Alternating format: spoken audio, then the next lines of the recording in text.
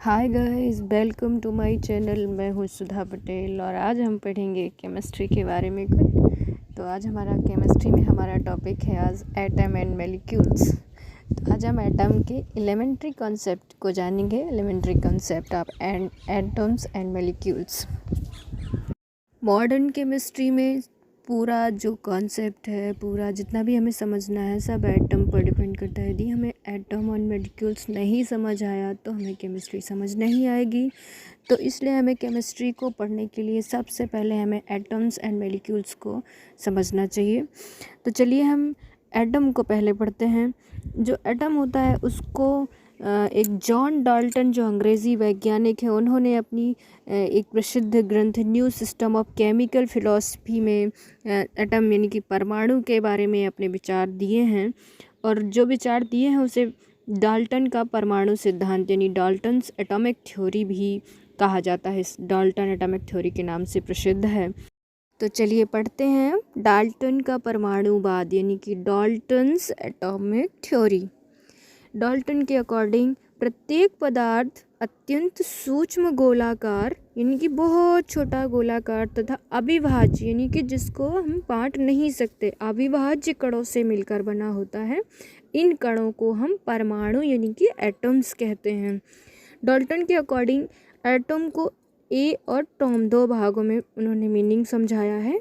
ए का मतलब can not और टॉम का मतलब कट, यानी कि एटम क्या है जिसे काटा नहीं जा सकता, यानी कि विभाजित नहीं किया जा सकता। तो ये फर्स्ट पॉइंट हुआ। सेकेंड पॉइंट, एक तत्व के सभी परमाणु द्रव्यमान, आकार तथा अन्य सभी गुणों में समान होते हैं, परंतु किसी अन्य तत्व के परमाणु से सर्वथा भिन्न होते हैं। इसको कैसे समझते हैं?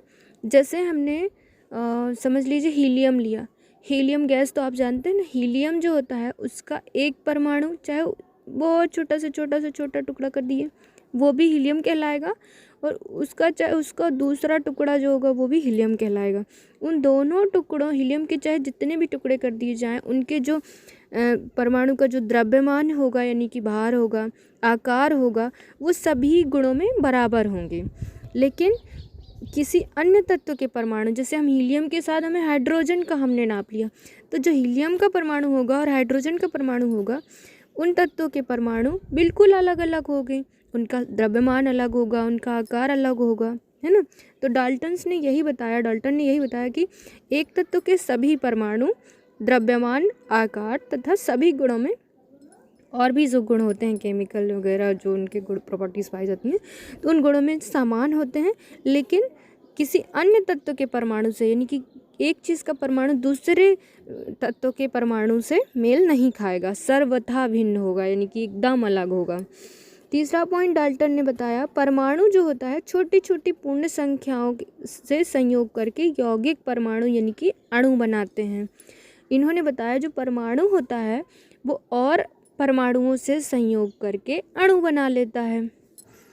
इनकी दो परमाणु मिलकर, ये दो या दो से अधिक परमाणु मिलकर यौगिक परमाणु या अणु बनाते हैं। उसी को हम यौगिक परमाणु भी कहते हैं और अणु भी कहते हैं, अणु यानी कि मॉलिक्यूल्स।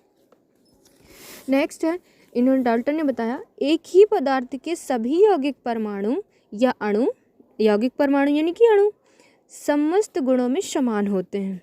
क्योंकि जब एक ही पदार्थ के परमाणु हैं, जैसा कि हमने पहले पढ़ा, तो वो सभी चीज़ों में समान होंगे। वही डाल्टन बता रहे हैं कि एक ही पदार्थ के सभी यौगिक परमाणु या अणु समस्त गुणों में समान होते हैं। नेक्स्ट इन्होंने बताया परमाणु को ना बनाया जा सकता है और ना ही नष्ट किया जा सकता है। केमिस्ट्री का ये वाला टॉपिक आपको हमेशा याद रखना है कि परमाणु को ना तो बनाया जा सकता है और ना ही नष्ट किया जा सकता है, बस उसका रूप बदल दिया जाता है केमिकल रिएक्शन के थ्रू। तो डाल्टन ने अपने परमाणुवाद को इस तरह से समझाया था। आप लोगों को समझ में आ गया होगा, और इसको हम जो परमाणु की और आधुनिक अवधारणाएं हैं इसको हम और अगले वीडियो में पढ़ेंगे। परमाणु और अणु यानी कि एटम एंड मॉलिक्यूल्स को और डिटेल से समझेंगे। तो और आपको पढ़ने के लिए आपको हमारे चैनल को सब्सक्राइब करना होगा, बेल आइकन को प्रेस करना होगा, और यदि आपको वीडियो पसंद आए तो वीडियो को लाइक करना बिल्कुल ना भूलें। Thanks for watching.